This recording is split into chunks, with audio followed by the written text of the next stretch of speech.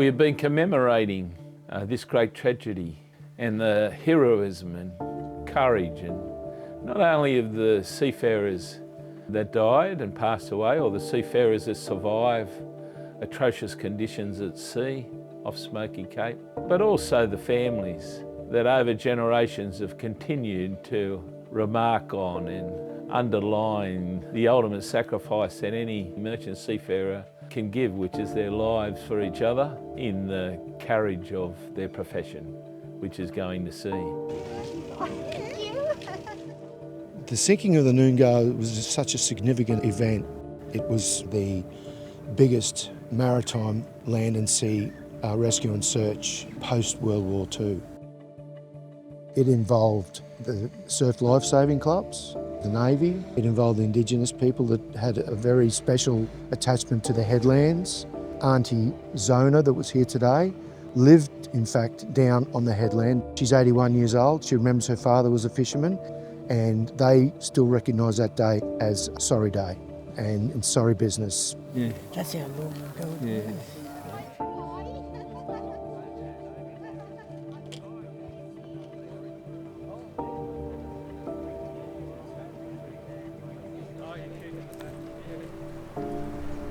Because we used to be down camping down here at Smoky way back in those days, and I'm 81 years of age now. So time went on with us, and Dad and them used to fish around here. That's why I can't, it's too much memories to come back here. From the mountain to the sea. This is the land of the Dungari people. This is also my land. And you are all here today. Special sorry business. Marambu, we welcome you here today on this special occasion.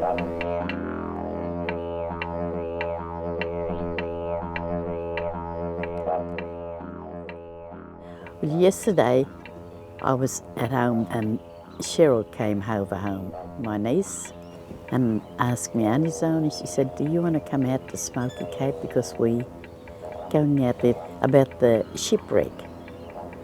And I said, is it the one that's out near the lighthouse? She said, yes.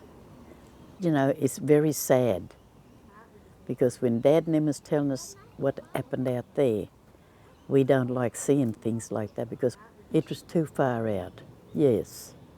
Like Dad and them said, it was too far out, yes. It was the Seamen's Union at that time, not the Maritime Union. And we were a very close-knit body. And Newcastle was probably the strongest port right around Australia at that time that was politically active.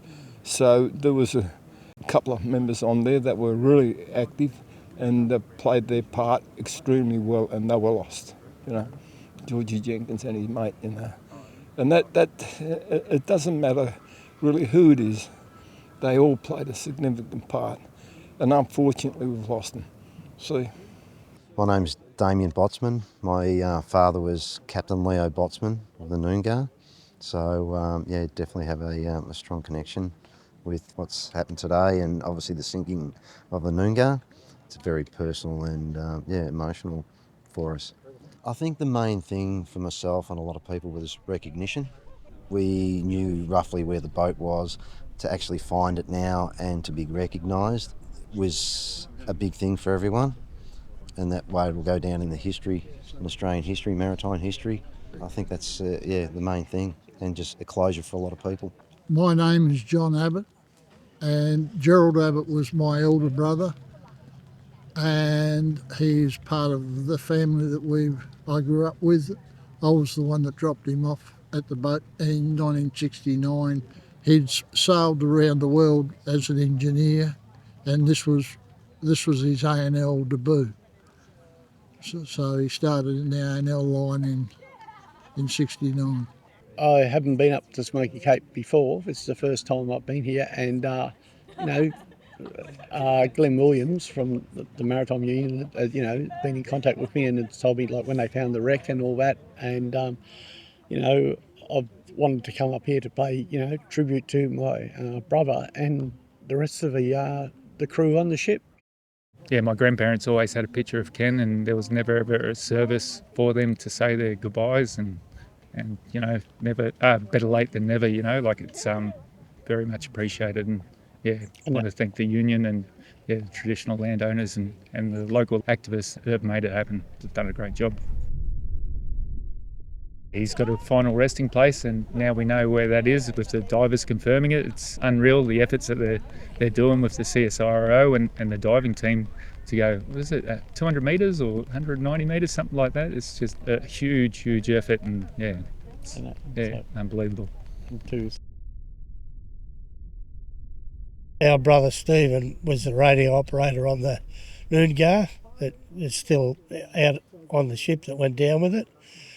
So that's our connection, Because being the radio operator, he was only 19 years old and it was his first job on the ship.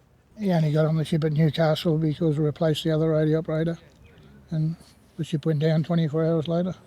Yeah, and he'd just finished his time at the Marconi School of Wireless, and that was his very first job.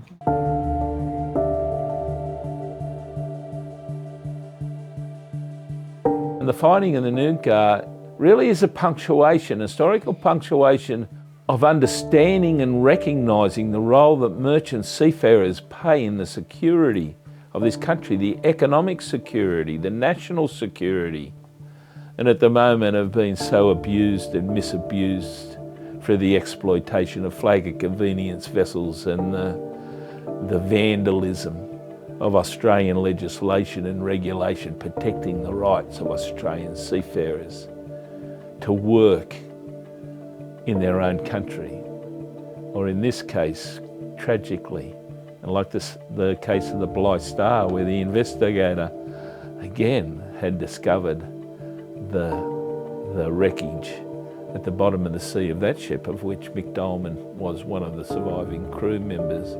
To be able to recognise that it's just not those lives, but also those deaths that made such an important contribution on the quality, our feeling of identity, and of course the importance of binding this nation together around real policies that will deliver Australia that we deserve, not necessarily the Australia that we've currently got.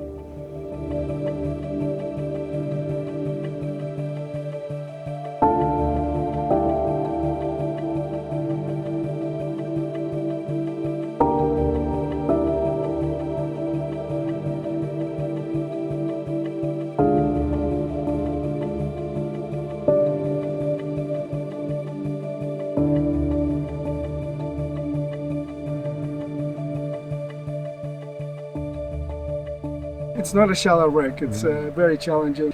The biggest problem is the currents. Like for us, we can dive this and that's all fine, but it's a challenge is finding a window, have the currents, the weather, the swells and everything else. It's so we rely heavily on the fishermen that lay traps, like lobster fishermen and all that, try to predict what the currents are doing. And again, CSIRO, they've been absolutely wonderful. We use one of our guys who's diving, he's a Navy clearance diver, so we used meteorologists from the Navy as well to try to predict currents. Like I said, predicting currents is like winning a lotto. Yeah. So.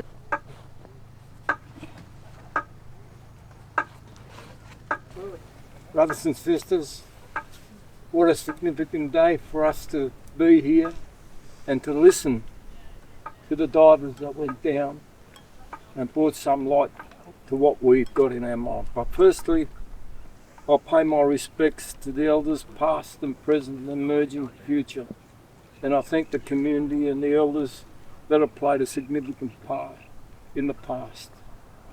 Seafarers are families. They're all families. We're all family. This is what's got to be understood. You touch one, you touch all. One gets hurt, we all get hurt. And when the Noongah went down, it was tremendous because we were all hurt. And it will go on until such times as we can safely say that the best has been done to make life a little bit better. That's why the Seamen's Union at the time was handed, because it was so vigilant about safety at sea. Because one life is far too much lost. far too much, a price that we shouldn't pay. Ladies and gentlemen, at this particular time, we thank you all for being here. The veterans of Australia send their fraternal greetings. We're dwindling down in numbers, but we were there, the veterans, we were there. And it won't be forgotten, the history book, the journals of our organisation, 1968 it was all there. And the enlightenment this morning gave me a little bit more closure. And our brothers that went down will never be forgotten. I thank you all. The local Indigenous people have kindly donated this wattle, and every year from now on they are going to supply a wattle tree to plant in memory of those lost on the Noongah. So we've made a little spot around the corner here, so Bernie and I will plant that.